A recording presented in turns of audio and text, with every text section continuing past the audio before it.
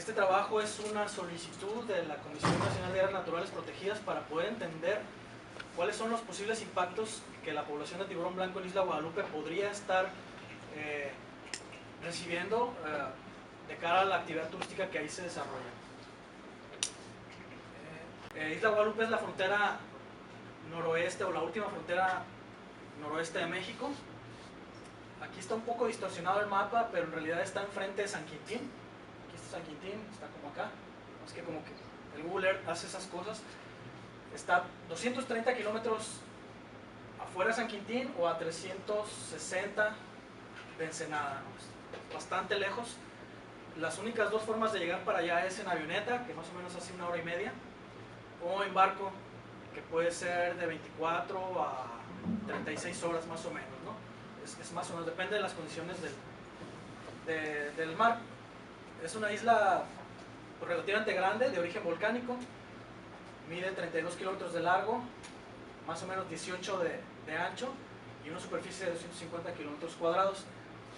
Pongan atención aquí en esta parte, si se fijan es un cráter, como les dije es de origen volcánico. Este es un cráter que colapsó hace miles de años y aquí es en donde se llevan a cabo las actividades turísticas.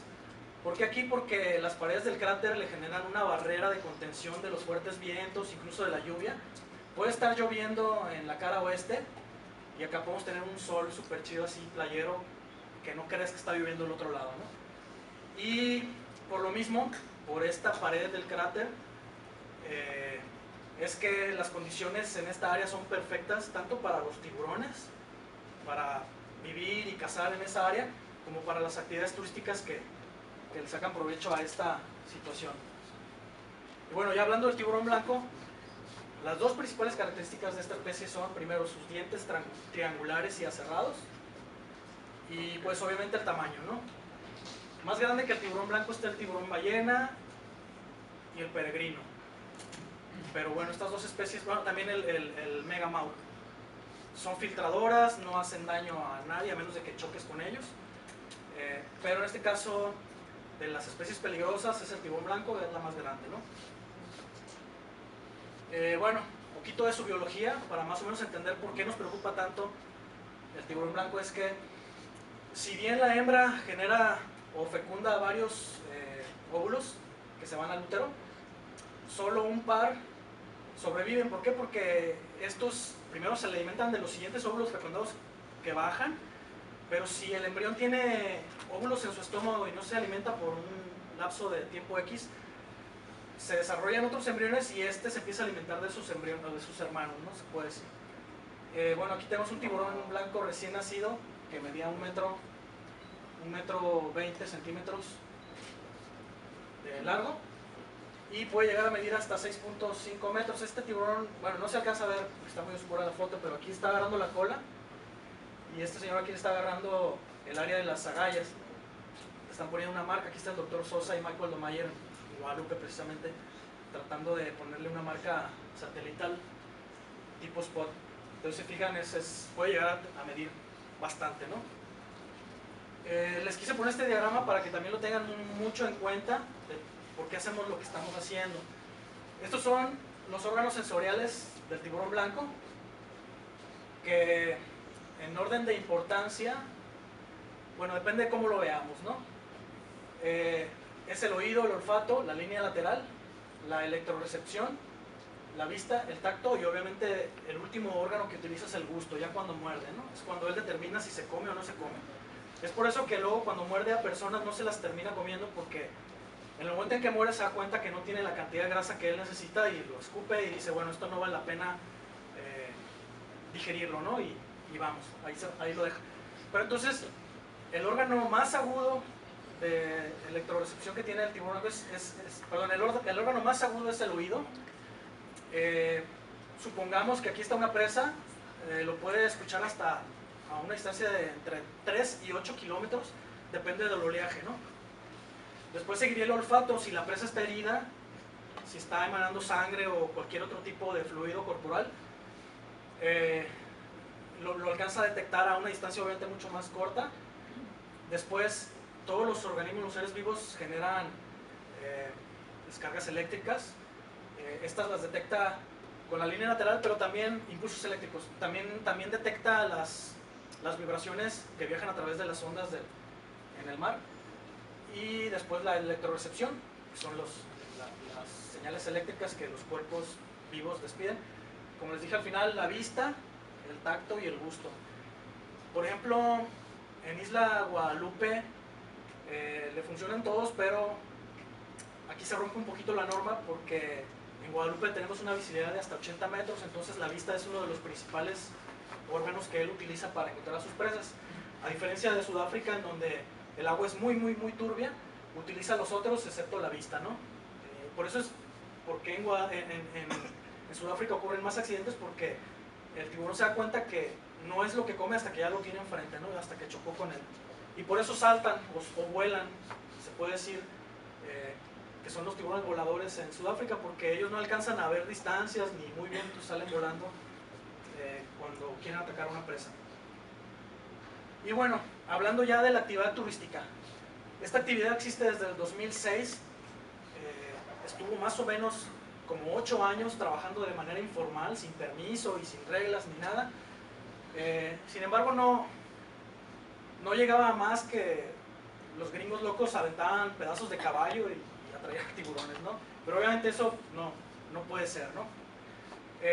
Ahorita en este momento empezaron 2 embarcaciones, ahorita son 8, bajo un sistema de selección y de autorización muy estricto. El costo es de entre $2.500 y $3.500 por viaje, que va a depender de la embarcación y de los lujos que tiene la embarcación. Y más o menos en total las 8 embarcaciones realizan 120 viajes por temporada. Entonces imagínense la cantidad de dinero que genera esta actividad, ¿no? Gracias a esta actividad, que les voy a explicar más adelante, es que se han fotoidentificado hasta el momento 207 tiburones, ¿no? Entonces una población, se puede decir que bastante estable, considerando que son tiburones adultos en etapa reproductiva. Y bueno, es considerado el mejor lugar del mundo para esta actividad. Hay otras 8 áreas, pero México es la mejor. Y en un muy buen día, tú puedes llegar a ver hasta 7 tiburones diferentes. Ya al final de temporada no es tan factible porque ellos tienen un sistema de territorialismo muy grande, entonces el tiburón más grande no permite que los demás se acerquen, ¿no? Entonces a veces sí se torna aburrido porque vas a tener el tiburón ahí enfrente de la jaula todo el tiempo, pero es el más grande y los demás no se acercan, ¿no? Pero bueno, es muy variable. Entonces bueno, con base en esto que les expliqué, la CONAM nos está solicitando estos objetivos que nosotros como asociación civil competimos para el proyecto, y desde el 2014 lo hemos estado ganando y hemos tenido una buena aceptación. Pero bueno, estos son los objetivos que CONAM anuncia para el proyecto, que es monitorear el tiburón blanco de Isla Guadalupe, generar para la fotoidentificación de tiburones, caracterizar a la población, que esto es talla, sexo, madurez sexual, esas cosas. Hay un componente de comportamiento que hay que caracterizar, y sobre todo caracterizar la interacción entre los tiburones y las embarcaciones, y la interacción entre los tiburones y los mamíferos marinos. Bueno, este programa se divide en 2 partes. El primer componente es el componente de los observadores a bordo, que hay uno de los mejores, Emiliano y Rebeca, que son de los que más me han ayudado desde que empezamos con esto. Estos observadores no son ni vigilantes, ni supervisores, ni guardaparques. Estos observadores se suben a las embarcaciones turísticas con la única misión de generar todo el material biológico posible que se pueda, ¿no? Desde fotografías que los turistas adquieren, fotografías que ellos mismos generan con cámaras que nosotros les proporcionamos, pero además llevan unos formatos para estar llenando todas las cuestiones de comportamiento que ellos observen. Ya están capacitados, tienen bastante experiencia, y también otras cuestiones como heridas o eventos de apareamiento o cualquier otra cosa que puedan observar mientras están a bordo de la embarcación. También tienen permitido sumergirse a las jaulas, entonces pueden tener las 2 visiones, desde afuera arriba, como están en esta imagen, o abajo en la jaula, ¿no? Entonces el material que se genera es bastante importante. Pero además nos están ayudando para un experimento, para otra investigación que estamos haciendo, que ahorita más adelante les voy a explicar. De los principales datos que ellos tienen que generar, como les decía, es el sexo. Aquí podemos diferenciar entre hembras y machos por los gonopterigios o clasper, que es el pene. En la hembra no tiene esas estructuras, es bastante visible, a excepción de los juveniles o los neonatos, que no se les alcanza a identificar. Y bueno, obviamente pues la talla, ¿no? La talla se obtiene a través de una longitud conocida, como son las jaulas, medimos las jaulas, o una embarcación X, y una vez que el tiburón pasa cerca de la jaula o de esa longitud conocida, podemos más o menos calcular la talla del animal. Y como les decía, la fotoidentificación. Esto es muy importante. ¿Qué es lo que hacemos? Tratamos de obtener fotografías de los dos costados del tiburón con la suficiente calidad como para poder determinar que este patrón de coloración en la línea lateral no es el mismo que el otro, ¿no? Así es como los diferenciamos, principalmente por este patrón de coloración. Es como una huella digital en los seres humanos, no es igual en ninguno de los tiburones. Pero también registramos cicatrices como esta mordida que tiene aquí en esta área de las branquias, o verificamos muy bien esta línea en la aleta dorsal, o a veces muescas que tienen acá en el pedúnculo caudal. Son de los principales como características que consideramos para la fotoidentificación. Y bueno, con este material se generan estos dos documentos, que es el catálogo de fotoidentificación de tiburones blancos de Isla Guadalupe. Como les decía, en 2015 había 191, ahorita llevamos 207, y la reserva también tiene su propio catálogo, ¿no? Entonces es un material bastante importante, porque con este material nosotros caracterizamos la población. Obviamente, si tú tienes el número poblacional de lo que sea, puedes tomar mejores medidas de manejo. ¿Qué tanto esfuerzo, tanto económico o de personal tienes que aplicar en una área para que sea exitoso el manejo, ¿no? Entonces, por eso el número poblacional es bastante importante. Y bueno, también los observadores no nomás registran tiburones blancos, registran todo lo que aparezca, ocurra mientras están a bordo de la embarcación. Por ejemplo, el año pasado, con el año niño, tuvimos un cardumen de tiburón martillo que jamás se había reportado en Isla Guadalupe. Eran como 15 o 18 tiburones martillo que ahí estuvieron un buen rato, adultos. Y estos animales no le tenían miedo a los tiburones blancos, interactuaban y ahí andaban. Incluso los martillos a veces se juntaban, porque el tiburón blanco es solitario, pero el tiburón martillo no.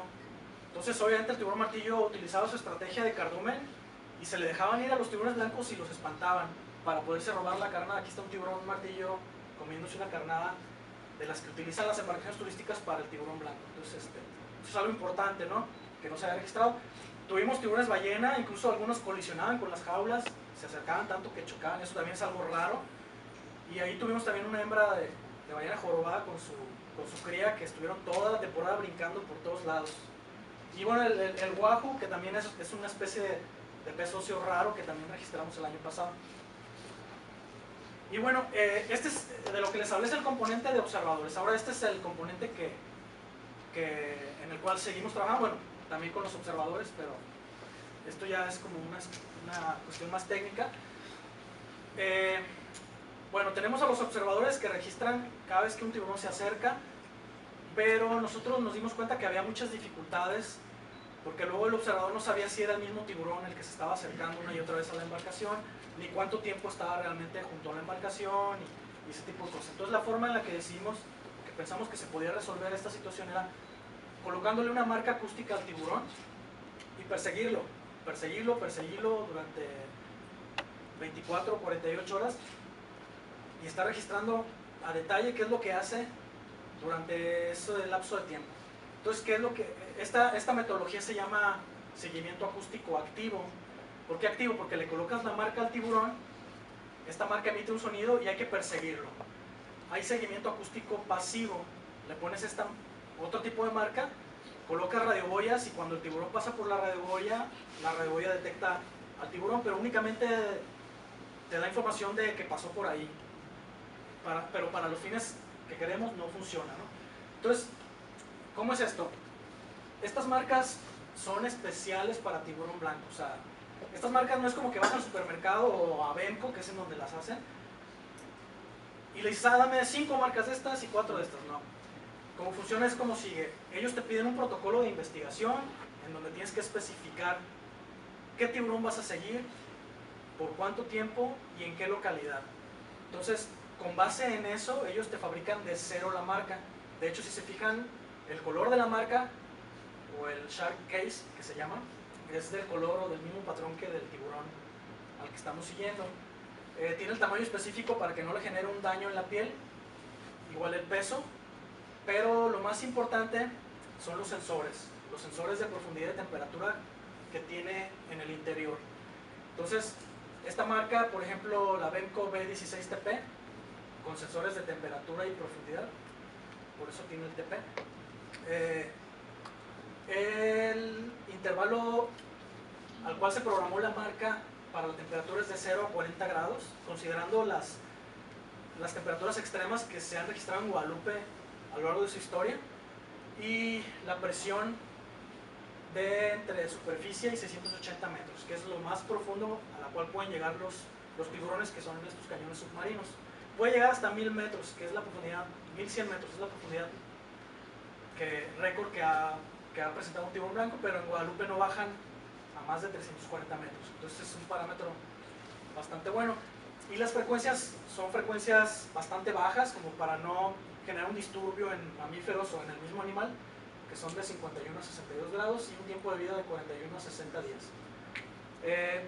Y bueno, Bemco lo que hace es entregarte únicamente la marca y ya es cuestión de uno ideárselas para fabricar el anclaje.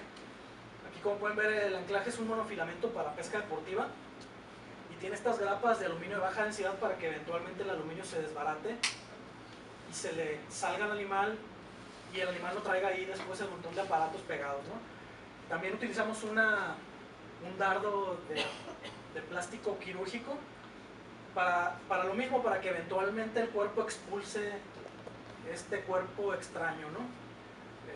La idea es que el animal no pase más de un año con esas cosas ahí pegadas, ¿no? Porque también es feo después ver en la naturaleza animales con collares y equipos ahí, que por ejemplo en este caso, como estos animales pues son observados por el turismo, también no es muy factible que traigan ahí esas cosas, ¿no? Luego sí somos criticados por eso.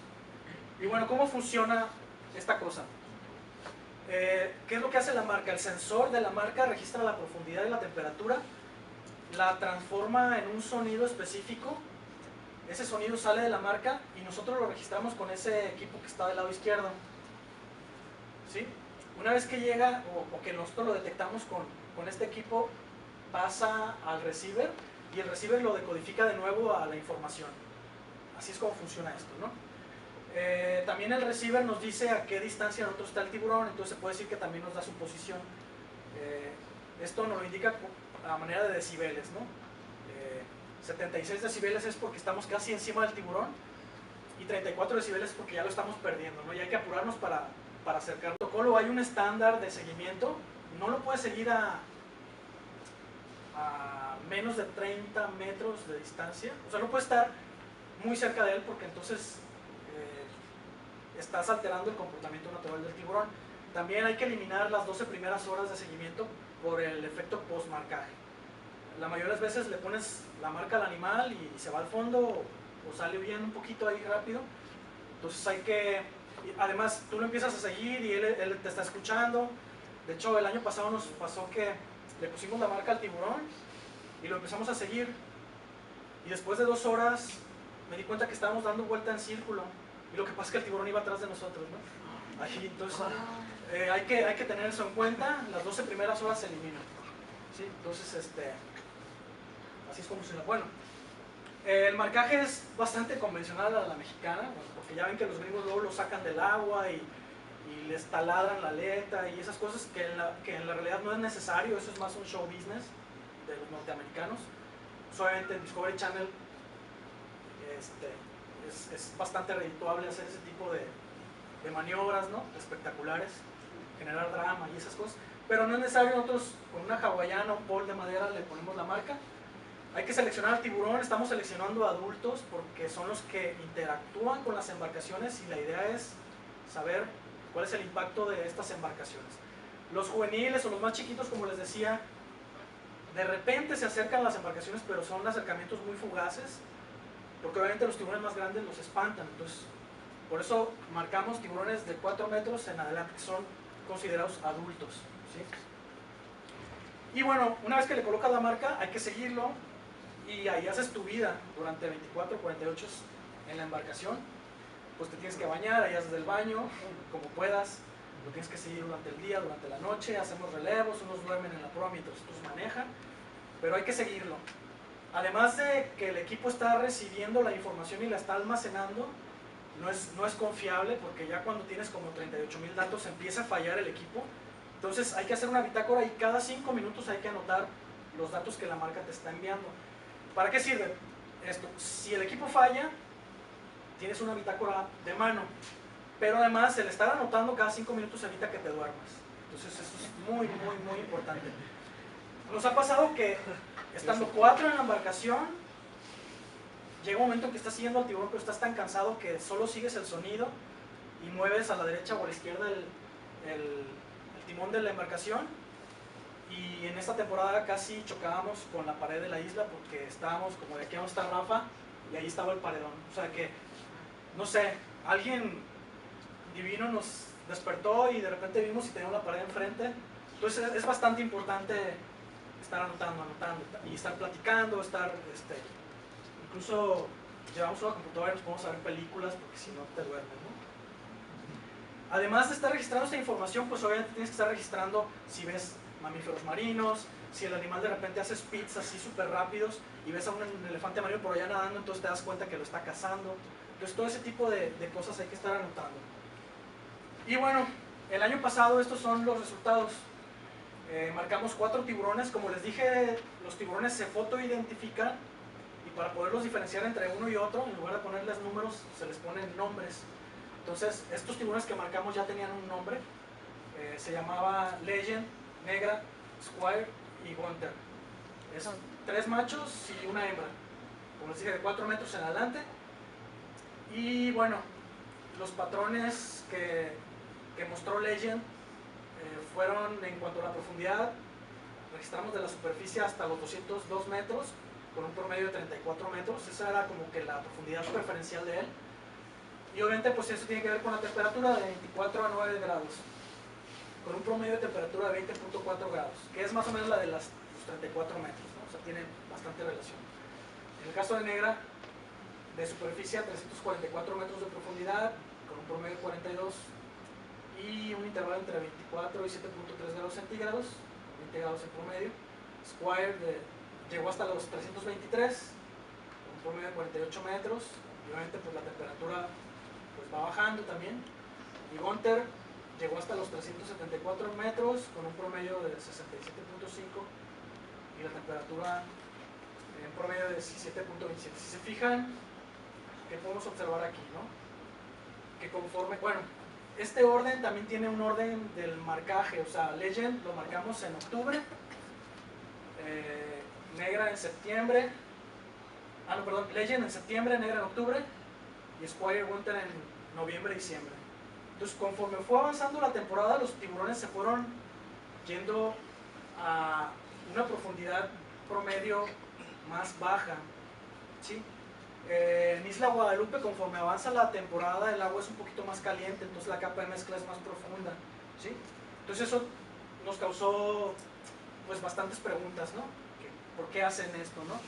Empezando la temporada, los tiburones tienen esta profundidad promedio de 34 metros y terminan a los 67, ¿no? Esto tiene una implicación bastante fuerte para las embarcaciones turísticas, porque si los tiburones en promedio se mantienen en estas profundidades, quedan fuera del alcance de la visibilidad de los turistas, ¿no? Entonces eso les genera muchos reclamos, porque se meten a la jaula y ven a los tiburones ahí abajo, ¿no? Y no quieren subir.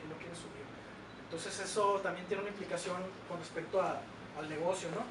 Pero ecológicamente tiene muchas implicaciones también.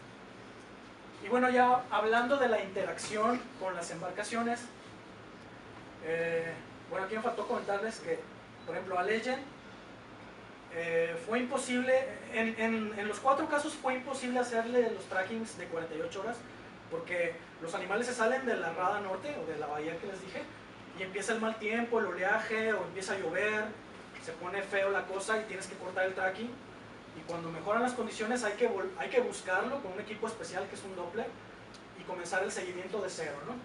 Entonces, en el caso de Legend, tuvimos que reiniciar o hicimos 4 trackings para completar 49 horas. En el caso de Negra fueron 2, con un total de 36 horas. Squire, un tracking de 24 completito, y Gunther, 2 trackings, completamos 41 horas. Ahora, ¿cuál fue el tiempo de interacción de los tiburones con las embarcaciones? ¿Cómo sabemos esto? Cuando el tiburón se acerca a la embarcación en un radio de 50 metros, nosotros anotamos tiempo 1, y en el momento en que el tiburón se aleja de la embarcación, anotamos el tiempo 2. Y ahí tenemos, es fácil, ¿no? Ahí tenemos el tiempo de interacción con la embarcación.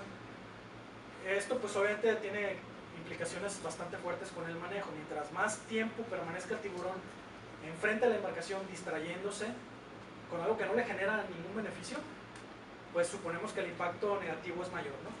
Entonces, bueno, aquí en general Legend tuvo un tiempo de interacción acumulada de 6 horas con 6 minutos, Negra 9 horas, Squire 5 horas y Gunther 10 horas. Pero es un tiempo acumulado. Sin embargo, el tiempo de interacción mínimo que nosotros registramos fueron 5 minutos y el tiempo máximo de interacción que se registraron fueron de 6 horas de Gunther. O sea, 6 horas enfrente de la jaula, ¿haciendo qué? ¿No? Entonces, ahora sí, de nuevo con los observadores. Como nuestros observadores están en las embarcaciones, anotando todos los comportamientos, este es el histograma de comportamientos con base en 1976 comportamientos registrados el año pasado. Y aquí podemos ver que los 2 primeros o principales comportamientos registrados son ACA, que es ataque a la carnada, y RCA, que es rondando la carnada. Ahora, la carnada son cabezas de pescado que no le generan ningún valor nutrimental al animal. Entonces, es un desperdicio de energía que nosotros estamos tratando de calcular, ¿no? Para entonces sí conocer el impacto de esta actividad. Y bueno, aquí les voy a mostrar un poquito. Este es Gunther, es una foto muy bonita de él. Y este es su recorrido.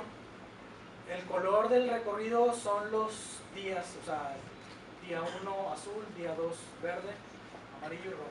Entonces, si fijan aquí cuando se fue al norte, ahí tuvimos que cortar el tracking por el mal tiempo. El viento, teníamos ráfagas de 45 kilómetros por hora. La embarcación se levantaba con el puro viento y además eran las 12 de la noche. Entonces dices, no, esto no está bien. Y acá en la parte sur hay oleaje de fondo, entonces igual ahí cortamos. Pero bueno, estos son los patrones o el recorrido que registró Gunther. Pero ¿qué pasa cuando haces un análisis que se le llama análisis de kernel, en donde lo que se trata de determinar es el home range o el uso de hábitat? Pues ya puedes ver aquí las principales áreas que utiliza, ¿no?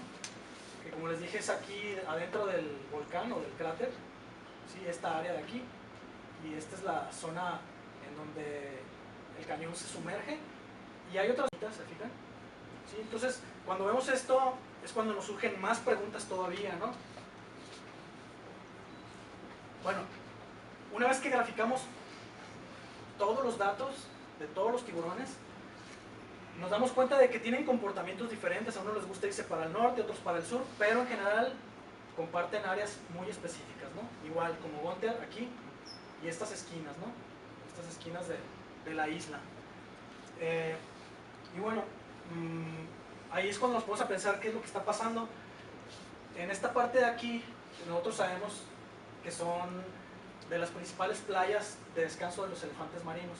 Entonces, nuestra hipótesis es que la geología de la rana norte y el comportamiento del elefante marino son los que hacen que el tiburón esté en esas áreas por más tiempo, ¿sí?